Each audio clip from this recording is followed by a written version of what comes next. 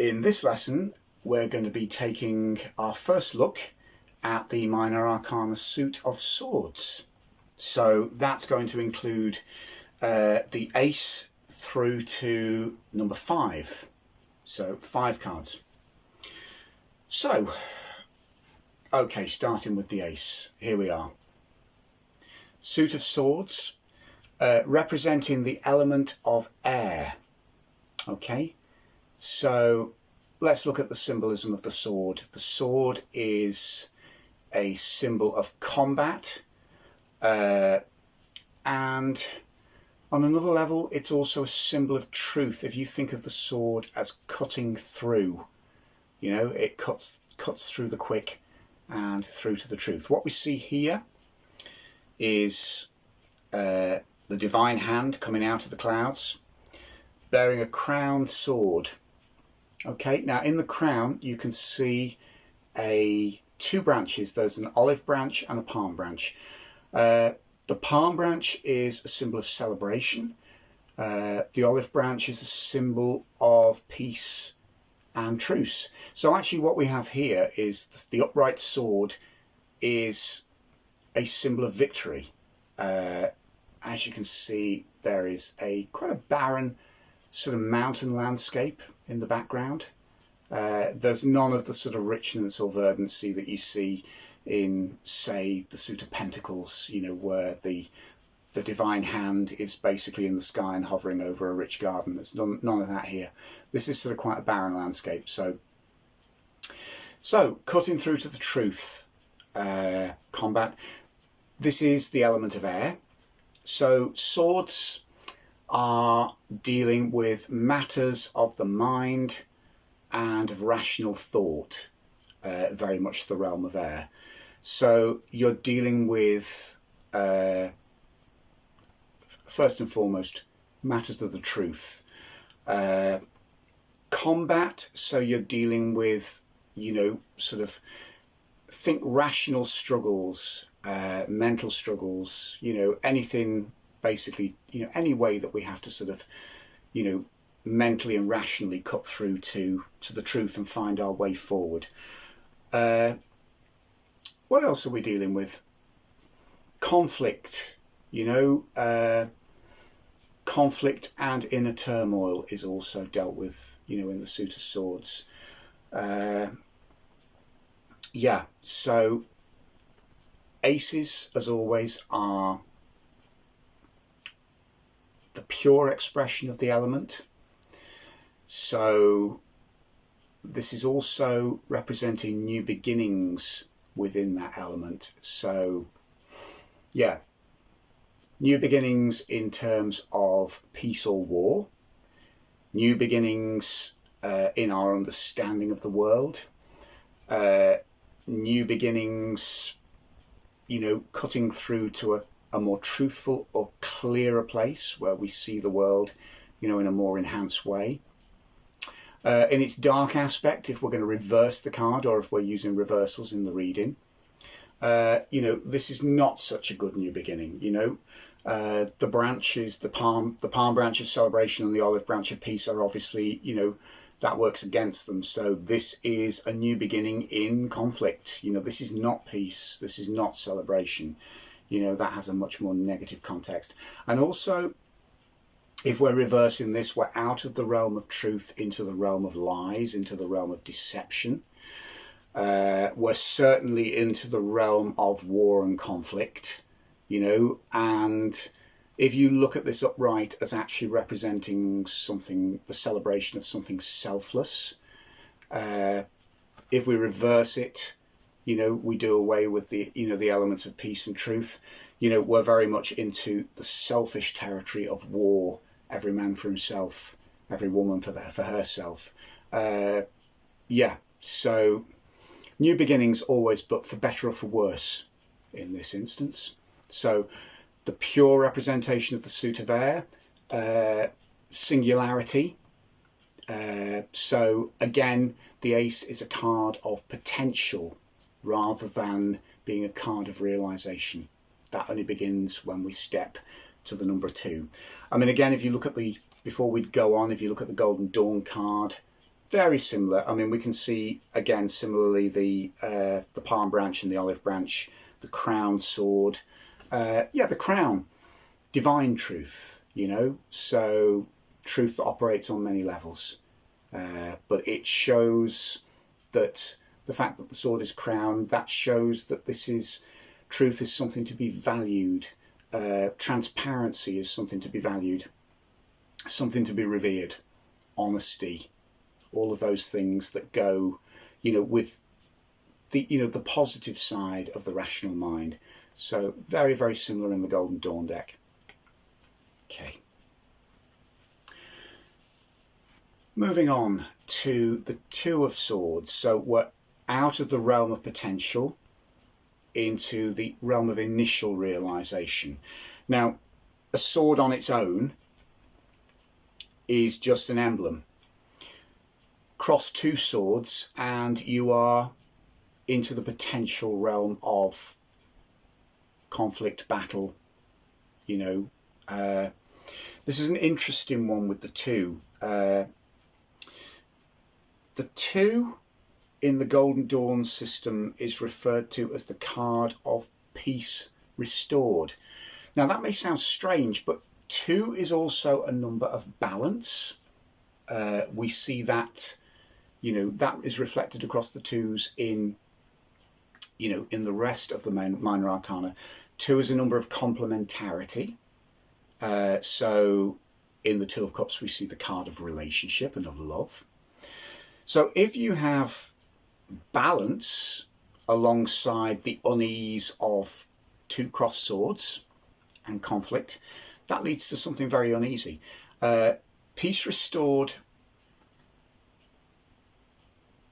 is I find this a really enigmatic representation from Pamela Coleman Smith. It shows that uneasy balance, you know. This is very different from truce. We'll come to that at a later stage. That's represented in the 4, and you'll see why later. But for the moment, you know, you can see there's the 2 equal swords held in uneasy balance by a blindfolded woman. She's dressed in white, and I kind of wonder how much connotation that has of innocence, you know. This is someone trying to keep the peace when everything is raging around her. Look at the moon. That's a waxing moon and an ascending moon, which is traditionally a symbol of rising tensions. So the blindfold is also reminiscent of blindfolded justice. She's having to keep an objective standpoint. But when you look at the weight of those swords, they're evenly balanced, they're evenly matched. But to actually hold them in place requires a lot of effort, particularly holding them in that position. So what it tells us that peace may have been restored in this card, but it's a very uneasy peace. This can also be a card of denial, you know, because that's very much what denial is. Keeping the peace uneasily, you know, a difficult balance to actually kind of keep, you know, the uncomfortable truth at bay. So you'll see a lot of these kind of conflicts in the Suit of Swords because, you know, ultimately it is a tool of combat. So you're never far away from that. So even, you know, with the balance of the number 2 evenly matched swords, it is a very, very uneasy situation. If this appears in a reading, you know, you kind of have to ask yourself, I mean, I primarily ask myself when this appears, you know, what am I denying in my life? You know, and I think first and foremost, it will always, you know, bring you to matters of denial in a reading. You know, what's hiding in plain sight, you know, in the circumstances that you're addressing in what, you know, in this reading. You know, it can also be, it can also represent sort of having to reach an uneasy compromise to move forward. You know, peace restored can very much be, you know, I mean, it's shown as something solo here, but then it can be very collaborative, you know. It can be a situation where you're in conflict with someone, but you don't have to like each other to come to a mutually beneficial agreement. Not an easy card, and one that is full of tension, full of conflicts. But then it does show you that sometimes even within conflict situations there can be a way forward. It can require sacrifice, but when things seem helpless, that doesn't mean to say they always are. So not an easy card, but then again not a completely negative one.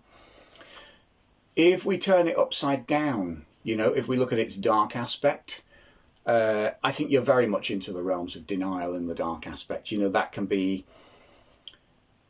but then it's denial that becomes self-destructive. This is when you really do need to move on and face the truth. It can also represent, the title of Peace Restored can be thrown out the window. It can be sort of that uneasy peace that's been thrown back into chaos. Sometimes that means that we have to face the truth. Sometimes it takes things to collapse and have a tower of destruction moment, where we are brought to the edge where we kind of have to face the truth and face up to what's really going on.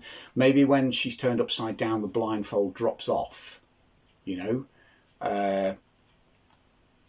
Not easy, but it doesn't have to be, futile or, unconstructive. Maybe she's dethroned. If this is turned upside down, maybe she's humbled a little bit. She can't, how can I put this? She's held those swords in place for so long. She's kept impartial for so long. And then maybe if this card is reversed, that's actually about having to face up to your own inner conflict, and actually, maybe if in a wider situation, if you've been trying to keep the peace between other people, not that easy. Sometimes it just all has to collapse and then they've got to go and sort their own problems out. Maybe you've been mediating in a family dispute and then all of a sudden it's just all collapsed. That's not your fault all the time, So that's the Two of Swords. On the Golden Dawn card, interestingly, you can see that the swords cross through a rose, and a red rose. And again, I mean, we've sort of, this has kind of come up time and time again in the Rider deck, the red rose representing the passions. So actually the sword crossing through the rose shows that, this is uneasy. This is not easy. It's a volatile situation. Okay. Moving on to the three. This is one of the cards that a lot of people fear to see when it comes up in a reading. The Three of Swords in the Golden Dawn tradition, the card of sorrow. Now, okay, the Golden Dawn cards are generally, they're almost pip cards like the Marseille. I mean, you can see that there are three swords, each, there's obviously a hand holding each one. Not much detail otherwise, but note the rose on this card. The rose is shattered. The petals are disrupted and broken. This is the card of sorrow in the Golden Dawn tradition. And Pamela Coleman Smith drew her inspiration from one of the illustrated Solar Busker cards from the 14th century, I think. More or less copying the image identically, but it is so fitting. Very simple, but all telling. A heart in a storm, rendered by three swords. It's a very simple image, but it says everything that it needs to say. It's a natural progression from the number two. We talked about the reversal of this, that difficulty keeping the peace and it all collapsing. I think with the number two, things are evenly balanced. The swords are evenly matched. There is an uneasy equilibrium here. With the introduction of a third sword, that goes out the window. Three is potentially one of the most unstable dynamics. It's interesting that I have several therapist friends and they've all said the same thing. One of the most unstable relationship dynamics of all is the triad. Because if there is conflict within any kind of triad relationship, it can only ever resolve in two ways. You can either, it can resolve in unity, but if it doesn't resolve in unity, it can only break down into 2 against 1. Or, I mean, it could break down against, into, 3, 3 against each other. But other than that, it usually, most of my therapist friends have noticed that whenever there is breakdowns within triad relationships, it usually ends up with one person siding with one other and somebody left out in the cold. You can see why the number 3 and the combination of swords with the number 3 become very problematic. Yeah, it is what it is. This is the card of heartache. It's the card of heartbreak. We've all felt this in a relationship breakup. We've all felt this in family conflict, in friendship conflict. Yeah, I mean, you can see the heart floating against a backdrop of a stormy sky and torrential rain. If you do that, does it really make any difference? It's still rotten. I don't think it does. This is one of those cards where I kind of think, well, it's upside down. That should mitigate the negativity. The bottom line is the swords are still through the heart, If they drop out, there's going to be 3 gaping wounds. So, yeah, I think maybe some readers will say different. I don't see much difference. I don't see there being much positivity in this when it's reversed. Maybe, when it's upright, maybe if that situation's contained, maybe if it's reversed, all the dirty laundry falls out on the floor in a big mess of a heap and you can begin to maybe put it back together again. I suppose the only way you could look at this is, if it's reversed, the swords fall out, you can tend the wounds, maybe. It's just, this all sounds really, really horrible. There is one consolation with this card. It's only the 3rd out of a sequence of 10, so the one hope to draw from this is this may denote really emotional turbulence and grief and pain, but it's not the end. This is a situation, this represents the kind of heartache that you can move through, you can rebuild from. That's why this is, that's purely because it is only the number 3. This is not a catastrophe, this is not the catastrophe to end all catastrophes. Unfortunately, we'll come to that later in the suit. You can move on from this. This is the kind of, if you think of this, let's go back to a relationship breakup. A lot of the time we can get over it. It may be horrid. It may cost us a huge amount of grief, but we can rebuild. And that is the consolation in this card. Okay, it may be awful, but there's always hope. You can move on from it. Okay. So moving on to the number 4. So, you've got instability with the 3. 4 is a stable number. So actually that stability manifests as retreat and truce in Pamela Colman Smith's image. What you can see here is, it looks like a tomb effigy actually. When I first saw this, I thought this was somebody sleeping, but it's not, it's a tomb effigy. There we go, 1 sword resting beneath and 3 swords on the wall. Interestingly, if you look closely at the stained glass window, it's ambiguous. I don't know who this is, but it's a saint. It's some saint or other, I would say, because they have a halo. But if you look very cleverly, in the pattern of the stained glass, in the halo is written the Latin word pax, which is peace. So actually what you see here again is, if you think in medieval terms, the church is a place of sanctuary and protection.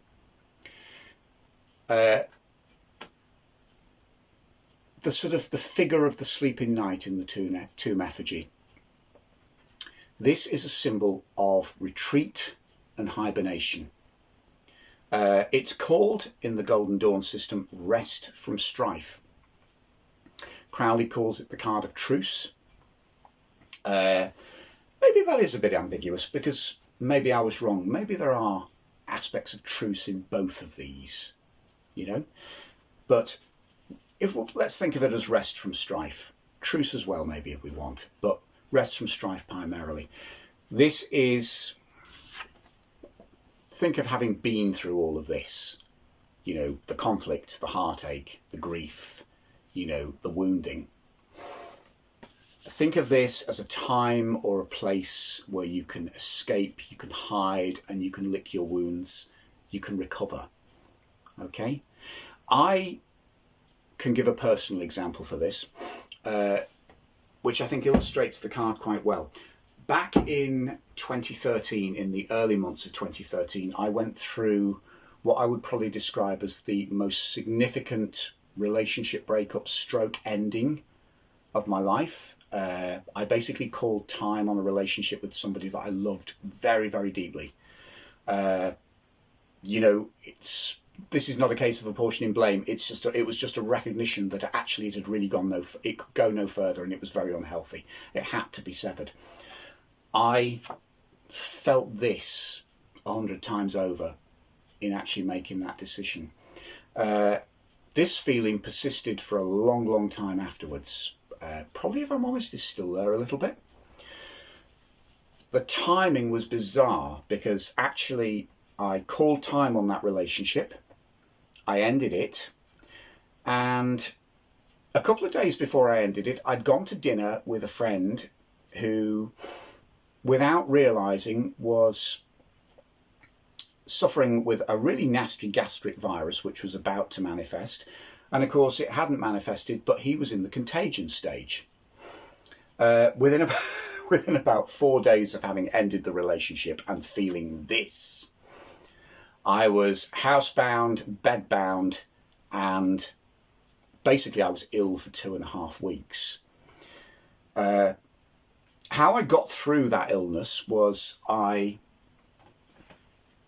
realised that actually that illness had put me into this space. Probably if I hadn't have been ill, I would have suffered a lot more. I couldn't go out. I basically could only get up out of bed to go to the bathroom and to basically get glasses of water. Couldn't eat. All I could do was read. So, ironically, for the 2.5 weeks where I would have to be explaining myself to people and having to, you know, people asking me how I was, and knowing that I didn't want anyone to ask me how I was, because basically I would just burst into tears, I was locked away and I was ill. And I read, and I buried myself. It's the only time I've read an author's complete output in one go. I read every Armistead Maupin book that was available at the time, back to back, all of the Tales of the City books, and his 2 other novels. And basically what I realised I was doing now was those books, and my housebound and bedbound state was this safe space. And it allowed me to retreat, and it allowed me to lick my wounds emotionally following that breakup. It was, ironically, illness was my rest from strife. Now, if this card turns up in a reading, you know, I think it kind of, we need to look at that and actually say, well, you know, what do I need to step back from? What do I need to take stock of? You know, do I need to walk away from anything? Or, you know, if you recognise that you're in this space, it's a case of how long do I need to be here? Maybe I need to go easy on myself. Maybe I need to be kinder to myself. You know, grief is a very, very powerful process, but it's also a necessary process with stages that we have to step through. And actually, these show us 2 of those stages, you know, the pain stage and the retreat and eventual healing stage, you know, which again has its own facets.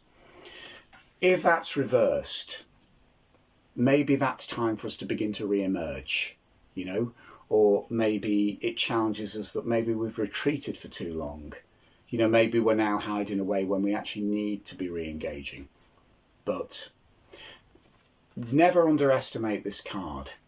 You know, we all need space from time to time, and it's a 4. So again, it's a number of stability, and in the suit of swords, it represents the swords being laid down. You know, it's it's balanced, but on a whole new level from this. You know, so very, very powerful.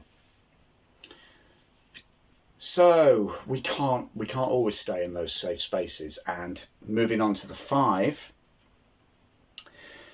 the stability and the safety of the 4 has been upset.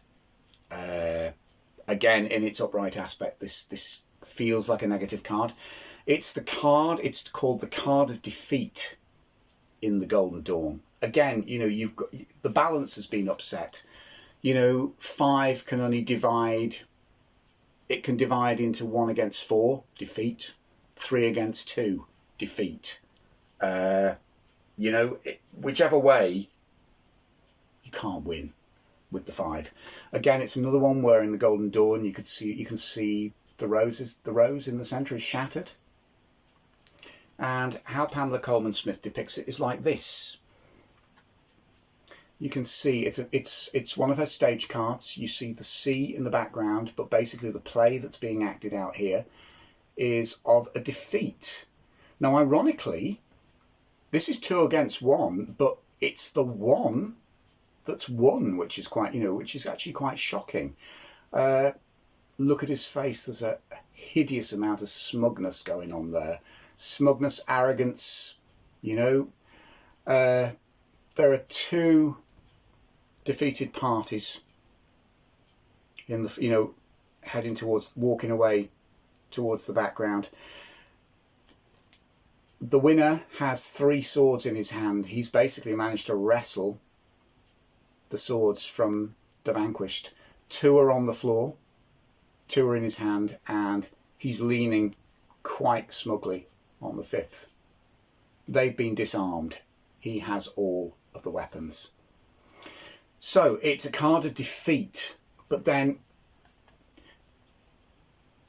there's more to it than that. In all conflict situations, there are always winners and losers. When this appears, we've got to ask ourselves who we are. You know, when we win in a situation, this kind of challenges us to ask, what was the cost? What was the human cost? You know, is winning always the most important thing? Have we always got to win an argument? When we do win, you know, at whose expense is it? Now, there are times when actually it's perfectly right and healthy to win. We don't know what's going on here. We don't know whether he's the victim of injustice and he's just decided to fight back. By contrast, you know, are they victims of an injustice? We don't know. So, I mean, I'm already judging this figure when actually I shouldn't do. So again, that's another challenge. Who are we judging? You know, should we be judging?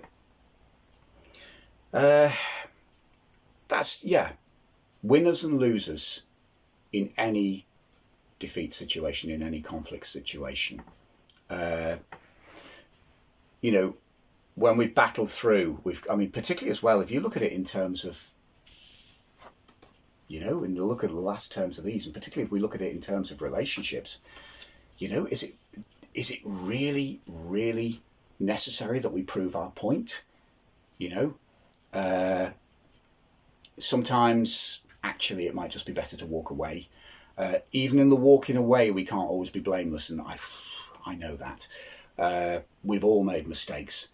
There's a lot of things challenged in this card, you know. Turn it upside down. I think what this challenges me to do in a reading is to challenge my own perceptions. If I think I was the winner coming out of any given situation, maybe I've got to question that again. You know, what have I lost? You know, what damage did I inflict? Maybe if this turns up reversed, it points to the fact that we've been in denial, and maybe we have to kind of re-examine the cost of what we've been fighting, you know. Sometimes when this is reversed, it might even point to a reconciliation. You know, all of this, it's a very sad scene, you know. can we talk? Can we patch this up? Can we repair this? Can we move forward, and do we have a common future? All of those sort of things challenged in this card. So there we have it.